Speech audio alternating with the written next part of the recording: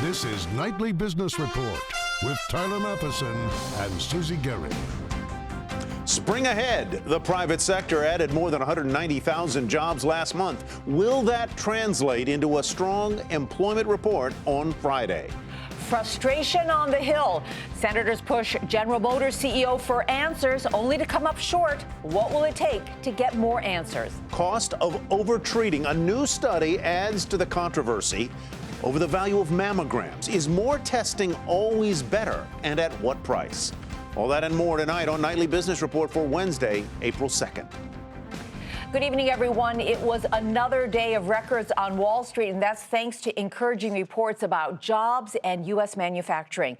Payroll firm ADP says almost 200,000 private sector jobs were added to the economy in March. That's much better than the numbers we've seen over the past few months, and it comes just 2 days ahead of the Labor Department's critical employment report. Also, factory orders for February showing the biggest gain in 7 months.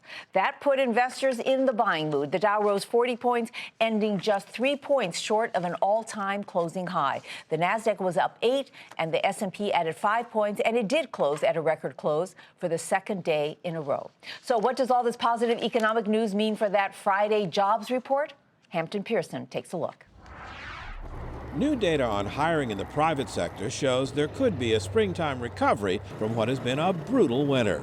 While the addition of less than 200,000 private sector jobs in March was below forecast, there was a big upward revision in February data. Nearly 40,000 more jobs added than previously reported. That's according to payroll processor ADP. Leading the way, construction hiring, up 20,000, the best move in the last 3 months. Financial firms added 5,000 more employees, the biggest move in 5 months. Well, one of the good things about the job gain in March was that it was broad-based. It was broad-based by size of firm. Small, medium, and large firms all added jobs in aggregate.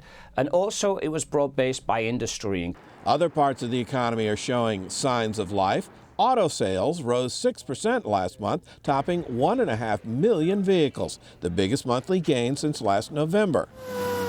And a closely watched manufacturing barometer grew at a faster pace, rebounding from shutdowns caused by severe winter weather. It all points to stronger hiring when we get the government jobs report on Friday.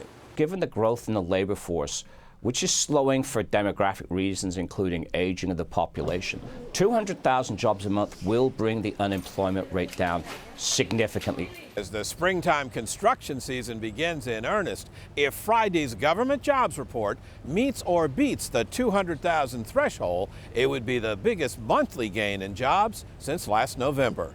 For Nightly Business Report, I'm Hampton Pearson in Washington. Two influential members of the Fed with slightly different timetables on when the central bank may decide to raise a key interest rate. Dennis Lockhart, the president of the Atlanta Federal Reserve Bank, predicting today that if the economy grows at a rate of around 3% over the next year, the federal funds rate could see its first hike in years during the second half of 2015. Meantime, in an interview today, James Bullard, the president of the St. Louis Fed, said that hike could come as early as the first quarter of next year. A major ruling from the Supreme Court today that goes right to the role of money in American politics. In a 5-4 ruling, the court struck down a key part of the federal campaign finance law, saying that it's okay for individual wealthy donors to give as much as $6 million to political candidates and parties. John Harwood joins us now from Washington with more on today's ruling. So, John, this sounds a lot like this decision is a replay of Citizens United. What do you think? It's a little bit different in that Citizens United allowed people to spend unlimited sums outside of political parties and campaigns. This affects the aggregate limit that people can give to donations, and it could actually end up strengthening political parties. John, does this affect businesses and their PACs or their interest groups that are donating? It's not about businesses per se, it's about individuals. And what it says is, right now, under existing law, we've believed that individuals could donate no more than $123,000 per election cycle in chunks of $2,600 per candidate. This ruling says no limit. You can give to as many candidates you want at $2,600 a pop, and you can give unlimited sums to parties themselves. Yeah, and speaking of those political parties, I mean, what does it do to strengthening the role of political parties? Well, one thing, Susie, that political parties have been concerned about is after Citizens United, the growth of those super PACs moved a lot of money away from campaigns to independent sources, which could help a candidate, but also could hurt if they were out of step with the candidate's message. If this makes it easier for some of that money to go into parties, it may strengthen them and strengthen candidates and allow them to have a more coordinated mainstream message to voters. All right, John Harwood, thank you very much. John in Washington tonight.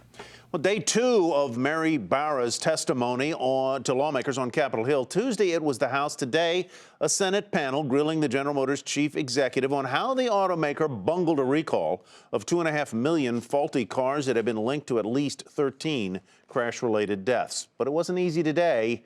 Eamon Javers was there, has the story for us. Why not just come clean and say, we're going to do justice here? That is incredibly frustrating to me. Oh, you can't even talk to that. You don't know anything about anything. It was another tough day on Capitol Hill for GM CEO Mary Barra, who continued to frustrate lawmakers looking for new information about GM's ignition switch failures. But Barra explained that she couldn't provide answers until GM finishes its own internal investigation of the problem, which has spawned wide-ranging litigation. What I want to know is what investigation began after that deposition. That is part of the investigation. So you don't know whether or not anything happened after that investigation? I don't have the complete facts to share with you today. The defects in the ignition systems on Chevy Cobalts and other models caused cars to turn off while drivers were on the road. And that's led to at least 13 deaths and a recall of 2.6 million cars. Again today, Barra apologized for GM's handling of the issue. Today's GM will do the right thing. This begins with my sincere apologies to everyone who's been affected by this recall, especially to the families and friends of those who lost lives or were injured. I am deeply sorry, and the men and women of General Motors are deeply sorry. Senators also wanted to know if the vehicles still on the road are safe. If I were to have a recalled Chevrolet Cobalt, would you recommend that I drive home in it tonight? If you take all the keys off the ring except the ignition key, or just use the ignition key, our engineering team has done extensive analysis to say that is safe to drive. I suspect that Cobalt drivers would not take comfort in that advice on knowing what has come up. And senators were also flummoxed because it appears that no one at GM has been fired as a result of the problem. Some senators wondering whether those problems were swept under the rug because GM was teetering on the verge of bankruptcy at the time that they happened. And it might not be all over now for General Motors. Senators on the committee saying they want to hold follow-up hearings where they bring in lower-level employees who were closer to the decision-making at the time. For Nightly Business Report, I'm Eamon Javers in Washington. Well, in the midst of the uproar about GM's ignition switch recall, the automaker hired what they hope will be a voice of calm and reason. GM has tapped attorney Ken Feinberg. He's the government's pay czar during the financial crisis, and he's been hired to oversee payments to families of victims killed or injured in accidents linked to those faulty switches. Mary Thompson looks at the man who's become the go-to guy in times of crisis. I have no comment on anything that I've read in the newspapers or whatever. Being in the center of a media storm is familiar territory for Kenneth Feinberg. If you are a company caught in the deepening quicksand of a major scandal, Ken Feinberg is like a life preserver that you can hold on to and keep you from sinking deeper. The latest to call on the 68-year-old services, General Motors. Feinberg's role? Be a mediator between the automaker and the families of victims whose deaths and accidents were linked to a faulty ignition switch. I am sure this committee knows Mr. Feinberg is highly qualified and is very experienced in handling matters such as this. General Motors CEO Mary Barra making the announcement when testifying before Congress about the flawed switches. They're blamed for 13 deaths and 31 accidents. It's not an unfamiliar role for Feinberg. He made a name for himself 30 years ago, quickly settling a long-running dispute between makers of the defoliant Agent Orange and 250,000 Vietnam veterans. Since then, he served as the government's pay czar, determining executive compensation for bailed-out companies, and as overseer for a wide range of victims' funds, including those for the victims of the Aurora, Colorado, and Virginia Tech shooters, the Boston Marathon bombing, and the families of 9/11. During his 3 years in this role, Feinberg's empathetic and practical approach to a seemingly unsolvable problem won him praise. He'll have meetings, he'll try to reach out, but he does it in a way that's fundamentally therapeutic. He's not someone who uses a mathematical formula. He doesn't attempt complete precision. Feinberg isn't above reproach. As overseer for a victims fund for BP's Deepwater Horizon oil spill, the claimants criticize Feinberg for holding BP's interests above theirs.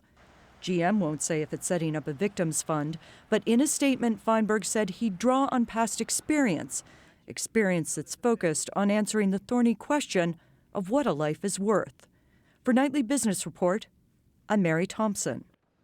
Still ahead, nearly 26 million U.S. children and adults have diabetes, and today a promising new drug to fight and to control it. It sent shares of one company up 70%.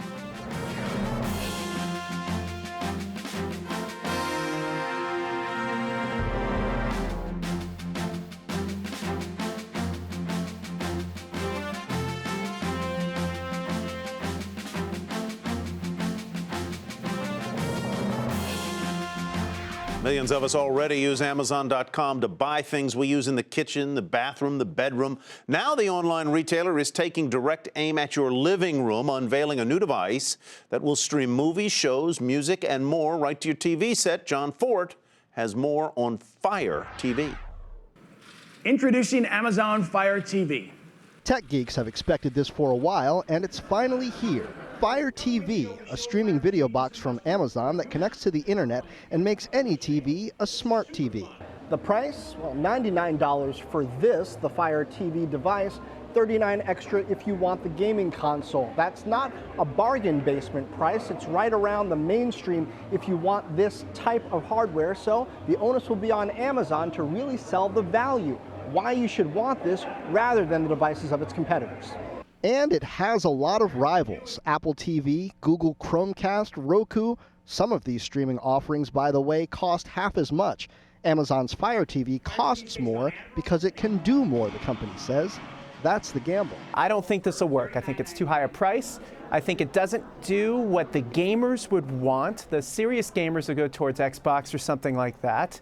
And I don't think it makes enough sense to solve enough consumer problems so that this is just an off-the-shelf, obvious Christmas gift later this year. This particular move to bring streaming video to the living room comes at an interesting time. Apple CEO Tim Cook said a few weeks ago, Apple TV became a billion-dollar business last year for the first time. And tech watchers now expect the company to make an even bigger TV play later this year. Amazon itself just hiked the price of its Prime subscription service that includes streaming video to $99 from $79, even as it's spending millions of dollars to get exclusive streaming rights to shows like Downton Abbey and 24. Crunch time comes in October and November, when Apple's latest Apple TV offering will make its debut, and Google will have its own refreshed Android software and media store. We'll see then whether Amazon's Fire TV has what it takes to win the holidays. For Nightly Business Report, I'm John Fort in New York. Google is set to split its stock in an unusual way, and that's where we begin tonight's Market Focus. The search giant will award shareholders with 2 additional shares for the company for every one they own. But there's a twist. Investors who own Class A shares will receive 2 shares of the newly created Class C shares. These new C shares have no voting rights, meaning the company's founders will maintain control. Google shares rose a fraction to $1,135. Microsoft made some big announcements at its so-called Build conference today. The company unveiled a voice assistant called Cortana. It's a rival to Apple's Siri. Also, it'll give away its Windows operating system to makers of phones and tablets. Shares fell slightly to $41.35. T-Mobile won't be selling BlackBerries anymore. BlackBerry ended its licensing deal with T-Mobile, saying the companies no longer have complementary strategies. This after a recent scuffle between the two companies when T-Mobile emailed BlackBerry customers with a promotion to switch to a competing device. Shares of BlackBerry were up more than 1% today, nevertheless, to $8.21. Shares of T-Mobile up a fraction to $33.49. GlaxoSmithKline halts a late-stage cancer drug trial. The drug maker's lung cancer vaccine did not increase survival rates. It continued the trial despite the initial failure and tried to find a subgroup of patients that might benefit from the treatment, but that effort wasn't successful. Shares of GlaxoSmithKline down a fraction to $53 a share. But it was a spectacular day for shareholders of another drug maker, MannKind. Shares surged an astounding 74% after an FDA panel recommended the approval of its experimental diabetes drug, which you inhale, which means no more needles to get insulin. Sheila Dharmarajan has more on the hopes for this new drug and what it'll take before it hits the market. Nearly 26 million children and adults in the United States have diabetes, most of whom inject insulin on a daily basis to regulate the disease. Eli Lilly and Novo Nordisk currently dominate the market for injectable insulin, ringing up a combined sales of more than $5 billion annually. But soon enough, there may be an alternative to needles. Afrezza, an inhalable diabetes treatment developed by California-based MannKind, got backing from an FDA panel for type 1 and type 2 diabetes today. The inhaler, which can fit in your palm, is meant to be a more convenient, less painful alternative to injections. We heard over and over again how difficult a time diabetics have controlling their disease and why we need new tools and better tools. Despite today's win, Afrezza still has a way to go before becoming available to patients. The treatment still needs FDA approval and a partner to commercially launch the drug. Perhaps most importantly, it still needs to win over patients and doctors. In the treatment of diabetes and obesity, what we see is a market that is built on years of foundation, and because of that, it can be very difficult to move. There's a lot of inertia in these practices, and we've seen some drugs that have a lot of promise and potential take a long time to get adopted. Afrezza isn't the first to develop an inhalable version of insulin. Pfizer launched its own version, called Exubera, in 2006. The product was eventually pulled off the market and cost Pfizer nearly $3 billion. Critics say the inhaler was bulky, there were concerns about dosing requirements, and that the company didn't do a good job marketing to patients and doctors. MannKind hopes to do better. Doctors would like to accelerate or optimize their insulin uses, and having a different tool in their toolbox to help them do that, we think will be a great advantage. And potentially a new solution for the nearly 2 million Americans diagnosed with diabetes every year. For Nightly Business Report, I'm Sheila Dharmarajan. Shareholders of Myriad Genetics got a nice surprise today. Shares of the company up 11% after the Centers for Medicare and Medicaid Services updated reimbursement rates for its popular breast cancer test. And while the announced cut was substantial, it was much smaller than the market expected, sending shares to a multi-year high.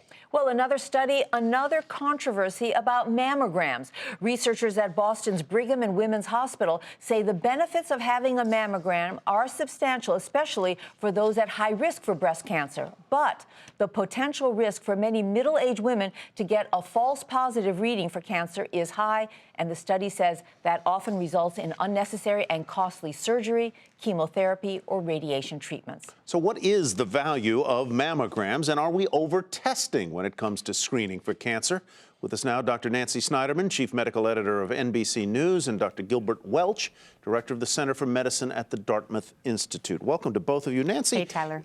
Great to see you. In common language, what did the study say, and what should women do?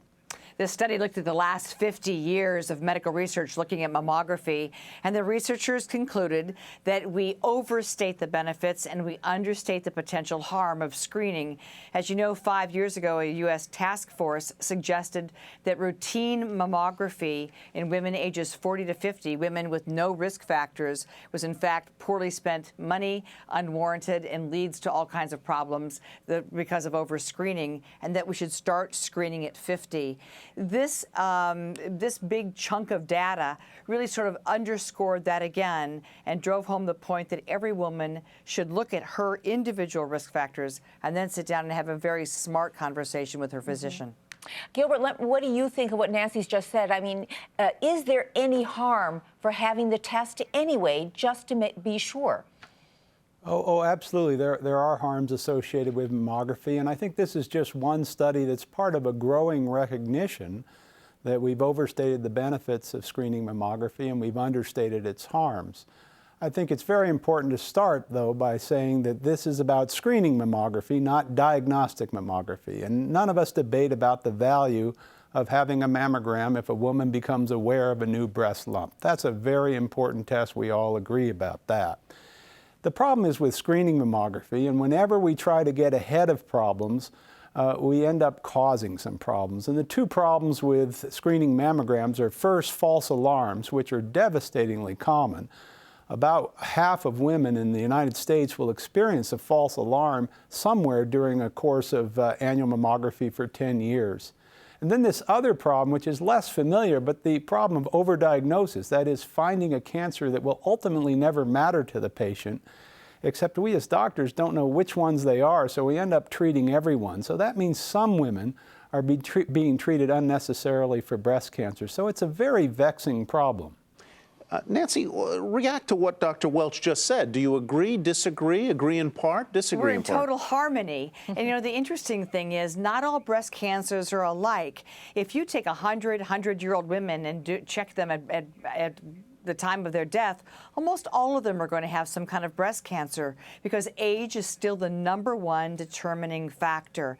Some breast cancers may come and go away. Others are more aggressive. So while we talk about higher resolution mammography and lower dose mammography, it may be the best mousetrap we have right now, but we're talking about detecting cancers and not really going to the source of the problem and preventing them. You know, we really haven't had the hard conversation in this country about how to spend our money, how to screen wisely. And I know it's people don't like the message and they sometimes blame the messenger, but how we access our healthcare system and how we spend our money wisely, screen prudently, this is all part of really good medicine. Right. Doing the same scattershot stuff to everybody, it's just not very smart. Nancy and Gilbert, I want to ask both of you real quickly. Most of us think that it's a good thing, it's a healthy thing to do to be tested for everything.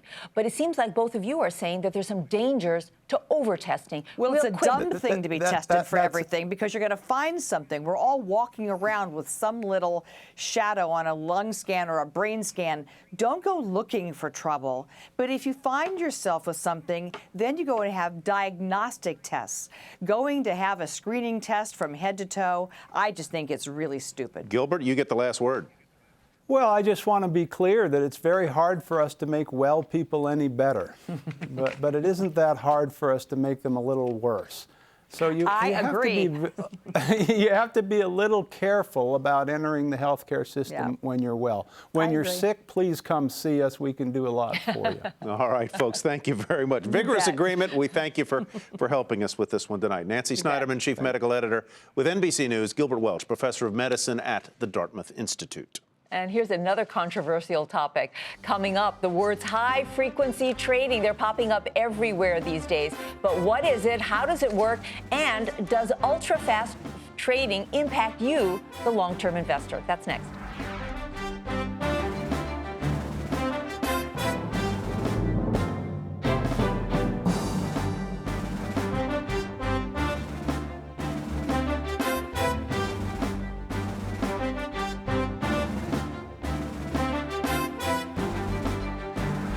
Virtu Financial, a high-speed trading firm, will reportedly delay its initial public offering.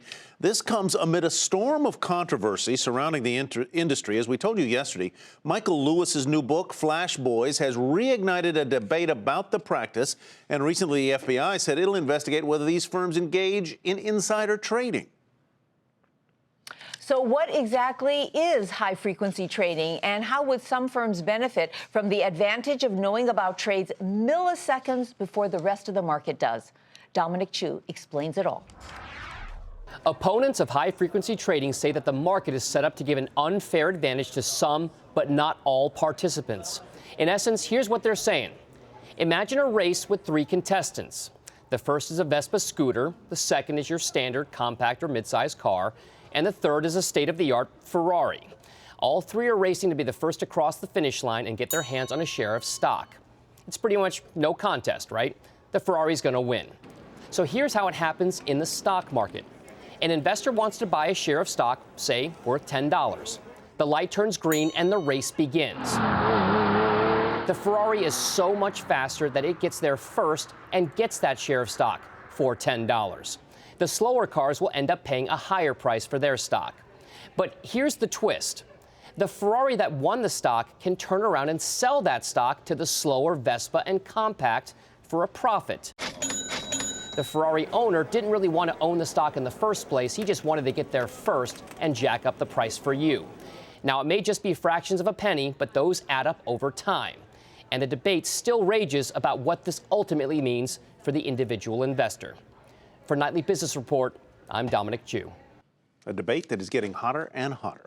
And finally tonight, one of the nation's best known and best loved restaurants, Tavern on the Green, is reopening after 4 years. Even if you've never been to the eatery located inside New York City's Central Park, you may know it from movies like Ghostbusters or Mr. Popper's Penguins. The tavern was closed after a change in ownership back in 2010, and following a multi-million-dollar renovation, it will reopen for dinner in 3 weeks and will start serving its popular brunch on Mother's Day. Make your reservations now. Wait, I hope my kids and husband are listening to this. Yes. Make that reservation. I love that restaurant. That's Nightly Business Report for tonight. I'm Susie Guerra. Thanks for joining us. And I'm Tyler Mathisen. Have a great evening, everybody. Thanks for watching. We'll see you tomorrow.